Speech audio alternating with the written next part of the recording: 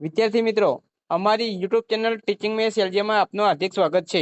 મિત્રો, આજે આપણે ધોરણ 8માં સ્વ અધ્યયન પોથી ભાગ 1 આવેલ છે।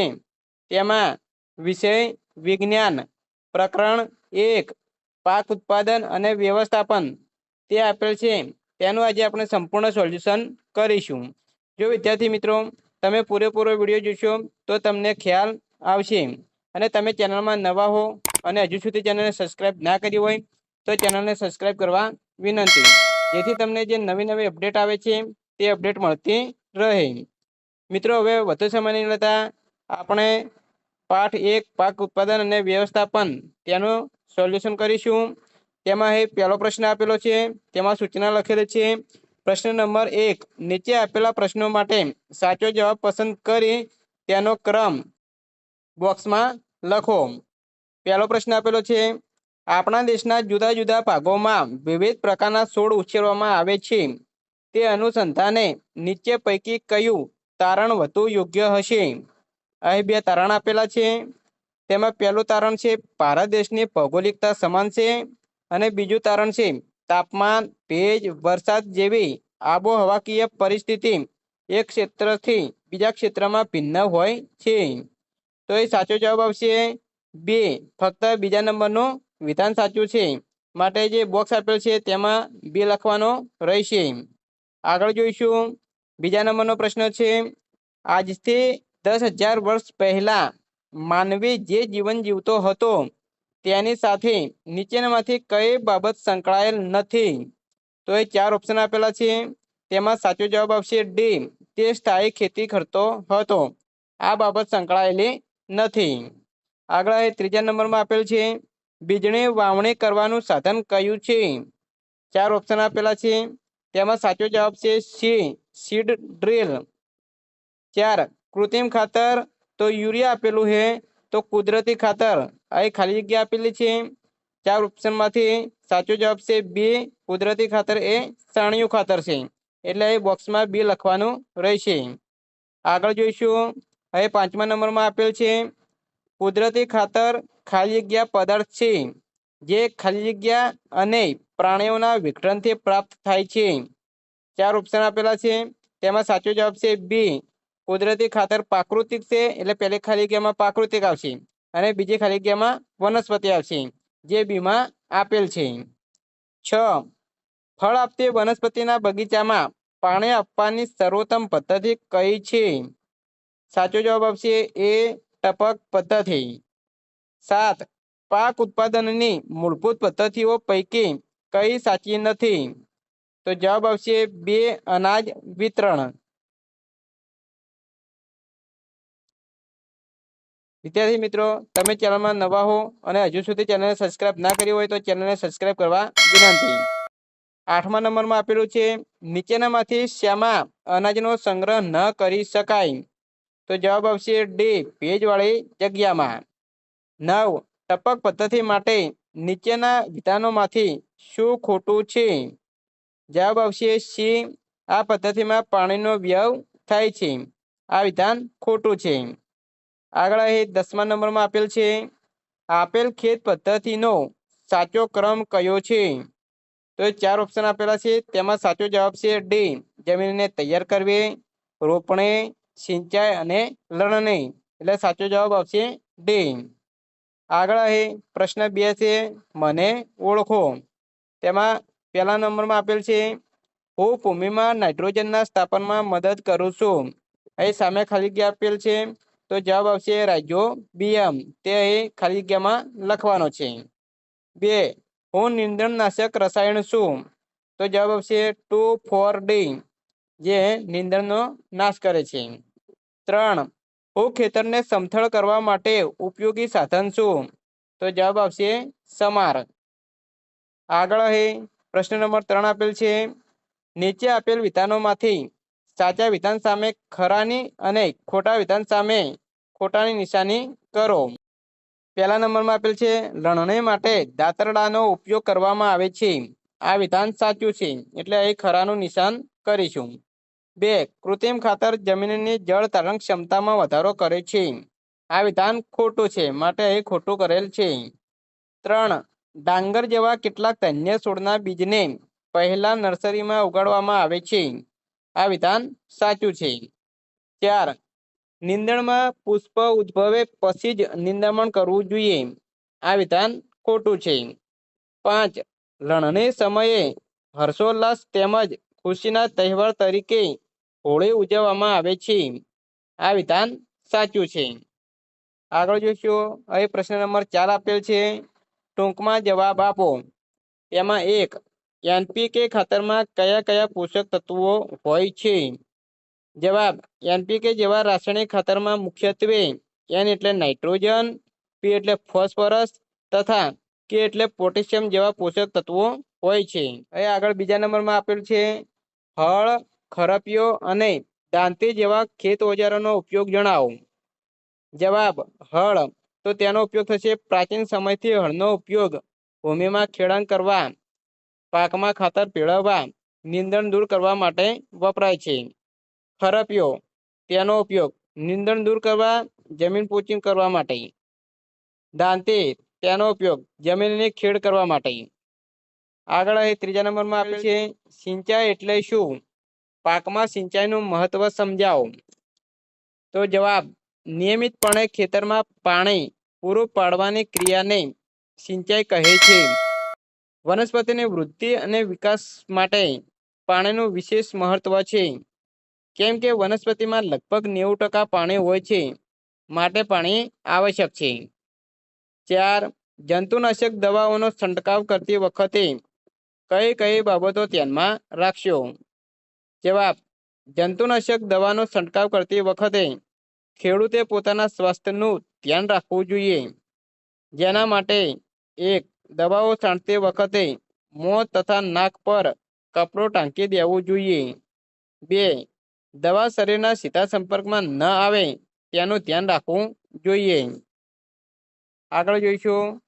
5મા નંબરમાં આપેલ છે શિરીષ ભાઈના ખેતરમાં પાકની સાથે બિનજરૂરી વનસ્પતિ ઉગી નીકળે છે.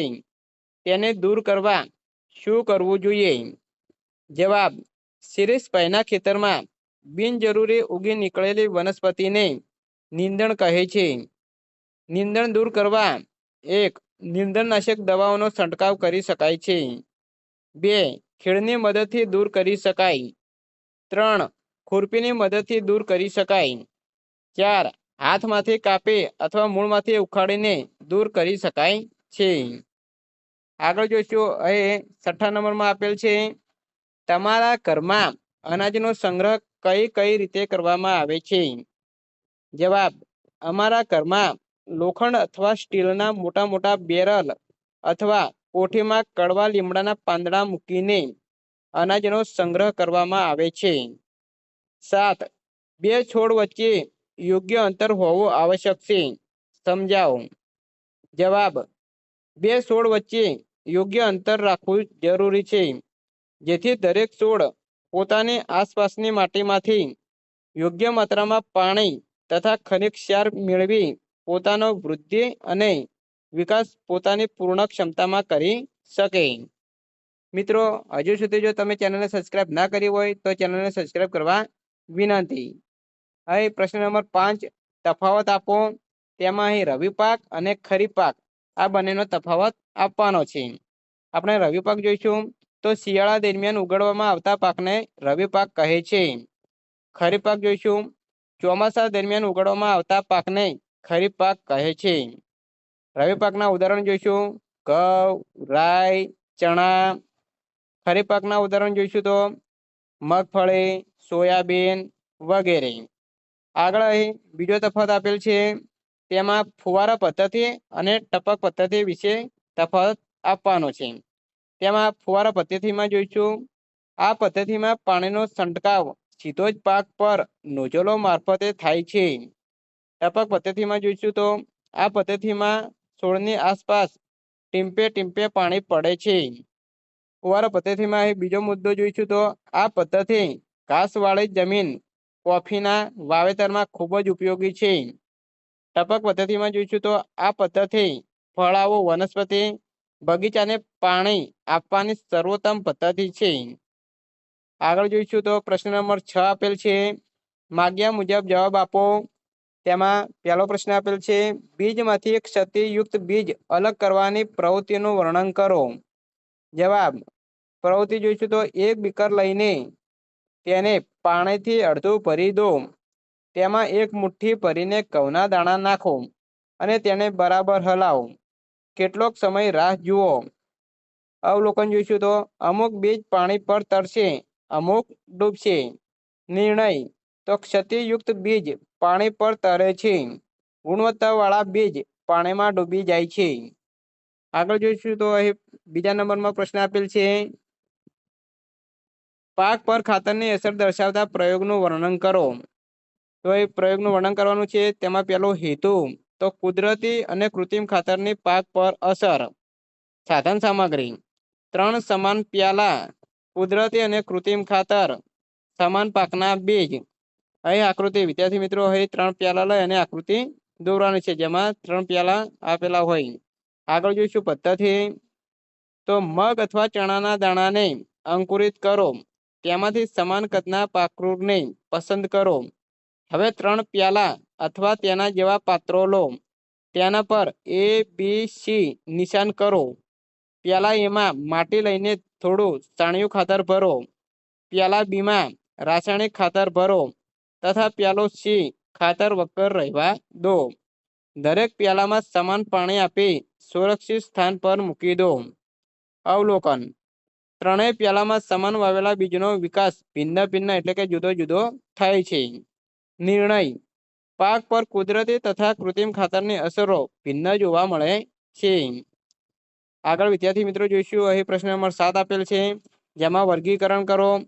તેમાં પહેલો પ્રશ્ન, નીચેના ગુણધર્મોને આધારે કુદરતી ખાતર અને કૃત્રિમ ખાતરમાં વર્ગીકરણ કરો। અહીં પહેલા નંબરમાં આપેલ છે, આ પ્રકારનું ખાતર એક પ્રાકૃતિક પદાર્થ છે, તો એ કુદરતી ખાતર છે એટલે કુદરતી આવશે।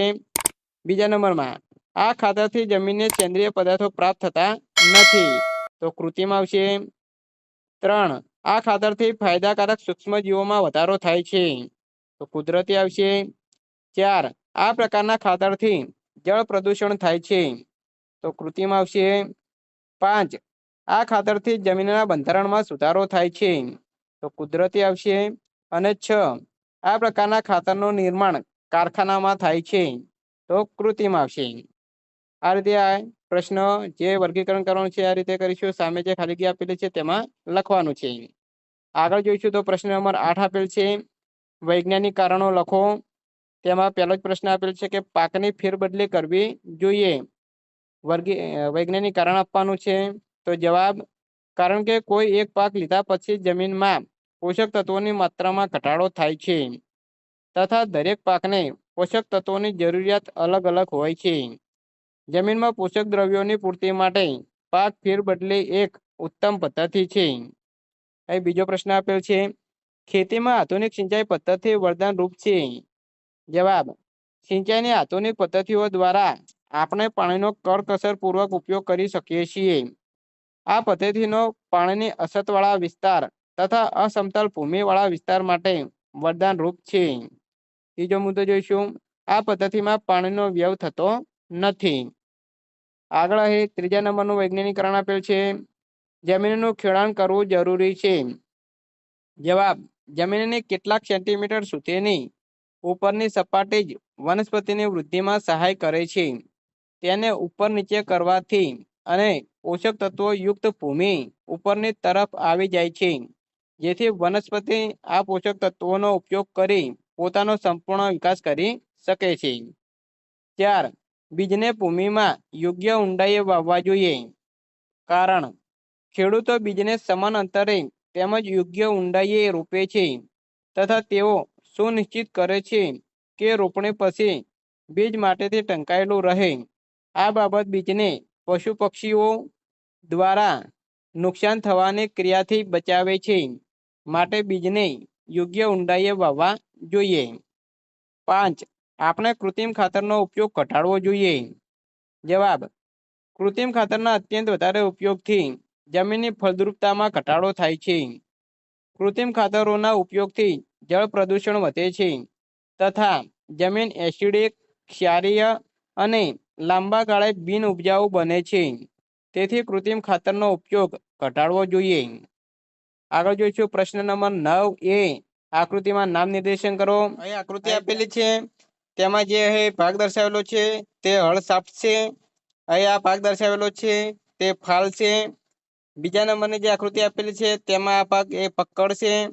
આ ભાગ દર્શાવેલો છે તે બીમ છે. અહીં નીચેનો ભાગ દર્શાવેલો છે તે હેન્ડલ છે. અહીં આ ભાગ જે દર્શાવેલો છે તે વળેલી પ્લેટ છે, અને જે આ ભાગ દર્શાવ્યો છે તે તરી છે. આ રીતે વિદ્યાર્થી મિત્રો આકૃતિ આપેલી છે અને જે તીર દર્શાવે છે તે નામ નિર્દેશન કરવાનું છે. આગળ જોઈશું તો અહીં પ્રશ્ન નંબર 9B. ચિત્ર જોઈને નીચે આપેલ ચોરસ ખાનામાં સિંચાઈની પરંપરાગત પદ્ધતિનું નામ લખો. અહીં પહેલા નંબરનું ચિત્ર છે તે પદ્ધતિ મોટ છે, તો એ ચોરસ ખાનામાં અહીં મોટ લખેલ છે. બીજા નંબરનું જે ચિત્ર છે તે ચેન પંપ પદ્ધતિનું છે. આગળ જોઈશું અહીં ત્રીજા નંબરમાં જે ચિત્ર આપેલ છે તે ટેકલી, અને ચોથા નંબરમાં જે ચિત્ર આપેલ છે તે રહેટનું છે. આ રીતે પરંપરાગત પદ્ધતિ જે છે તેના નામ લખવાના છે. આગળ જોઈશું પ્રશ્ન નંબર 10. ક્ષેત્રીય મુલાકાત. તમારા નજીકના ખેડૂતની મુલાકાત લઈ નીચેના મુદ્દાઓની ચર્ચા કરો અને નોંધ કરો.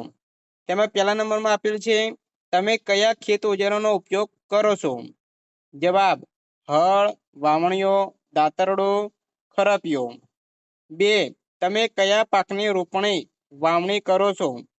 જવાબ આવશે ઘઉં, ચણા, બાજરી, મકાઈ. 3. તમે પાકને કયું ખાતર આપો છો? જવાબ: બધા પાકમાં છાણિયું ખાતર. 4. તમે નીંદણ દૂર કરવા શું કરો છો? જવાબ: ખુરપીની મદદથી દૂર કરવું. 5. તમે પાકનો સંગ્રહ કેવી રીતે કરો છો? જવાબ: મોટા બેરલમાં સંગ્રહ કરીએ. એ વિદ્યાર્થી મિત્રો આ રીતે ખેડૂતની મુલાકાત લઈ અને સામે જે ખાલી જગ્યા આપેલી છે તેમાં જવાબ લખવાના છે. આગળ જોઈશું પ્રશ્ન નંબર 11. સિંચાઈના સ્ત્રોતના આધારે જોડકા જોડો. અહીં વિભાગ A અને વિભાગ A અને વિભાગ B આપેલ છે, અને સામે જવાબ લખવાના છે. તેમાં પહેલા નંબરમાં આપેલ છે તળાવ, તો વિભાગ B માં તળાવનું જે ચિત્ર આપેલું છે તે B નંબરમાં આપેલ છે, તો એ જવાબમાં એકની સામે ખાલી જગ્યામાં B લખીશું. બીજા નંબરમાં આપેલ છે ડેમ, બંધ, તો તેનું ચિત્ર અહીં D માં આપેલું છે, તો એ D જવાબ લખીશું. ત્રીજા નંબરમાં આપેલ છે નહેર, કેનાલ, તેનું ચિત્ર અહીં A માં આપેલું છે, તો 3માં જે જવાબ આવશે A. ચોથા નંબરમાં કૂવો આપેલો છે, કૂવો અહીં F ચિત્રમાં આપેલ છે, તેથી અહીં 4માં જવાબ F લખીશું. 5મા નંબરમાં નદી આપેલી છે, તેનું ચિત્ર અહીં C માં આપેલું છે, તો એ 5ની સામે C લખીશું. અને 6થા નંબરમાં બોર કૂવો એટલે કે ટ્યુબવેલ આપેલ છે, તેનું ચિત્ર અહીં E માં આપેલું છે, એટલે આપણે અહીં E લખીશું. આ રીતે વિદ્યાર્થી મિત્રો જે વિભાગ A અને વિભાગ B જે જવાબ આવે છે તે જવાબ અહીં લખવાના છે. આગળ જોઈશું તો પ્રશ્ન નંબર 10. આગળ અહીં પ્રશ્ન આપેલો છે, નીચેનો ફકરો વાંચી તેના આધારે પ્રશ્નોના જવાબ આપો. વિદ્યાર્થી મિત્રો એક ફકરો આપેલો છે, તે ફકરો ધ્યાનપૂર્વક વાંચવાનો છે, અને તેના આધારે અહીં 3 પ્રશ્નો પૂછાયા છે, તેના જવાબ આપવાના છે. તેમાં પહેલો પ્રશ્ન, કુદરતી ખાતરથી કયા કયા ફાયદા થાય છે? તો જવાબ: કુદરતી ખાતરથી જમીનની ફળદ્રુપતા અને બંધારણ જળવાઈ રહે છે, તેમજ જમીનમાં ફાયદાકારક સૂક્ષ્મજીવોમાં વધારો થાય છે. કુદરતી ખાતરમાં પાકેલા અનાજ અને વિવિધ પાક સારા હોય છે. બીજા નંબરનો પ્રશ્ન, નીરુના ઘરના શાકભાજી અને અનાજમાં મીઠાશ શા માટે વધારે હતી? જવાબ: કેમ કે નીરુના પિતાજી કૃત્રિમ ખાતરને બદલે કુદરતી ખાતરનો ઉપયોગ કરી અનાજ, શાકભાજી પકવતા હતા, માટે તેની મીઠાશ વધારે હતી. 3. કુદરતી ખાતર કઈ રીતે બનાવી શકાય? જવાબ: છાણ અને વનસ્પતિના અવશેષોના વિઘટનથી કુદરતી ખાતર બનાવી શકાય છે. વિદ્યાર્થી મિત્રો અહીં ધોરણ 8 સ્વાધ્યાય પોથી ભાગ 1 વિષય વિજ્ઞાન પ્રકરણ 1 પાક અને ઉત્પાદન તેનું સંપૂર્ણ સોલ્યુશન અહીં પૂરું થાય છે. જો મિત્રો વિડીયો સારો લાગ્યો હોય તો લાઈક કરો, શેર કરો અને સબસ્ક્રાઇબ કરો, તથા સ્વાધ્યાય પોથીના બીજા પાઠના સોલ્યુશન અહીં ચેનલમાં મૂકેલા છે, તે તમે જોઈ શકો છો. Thank you.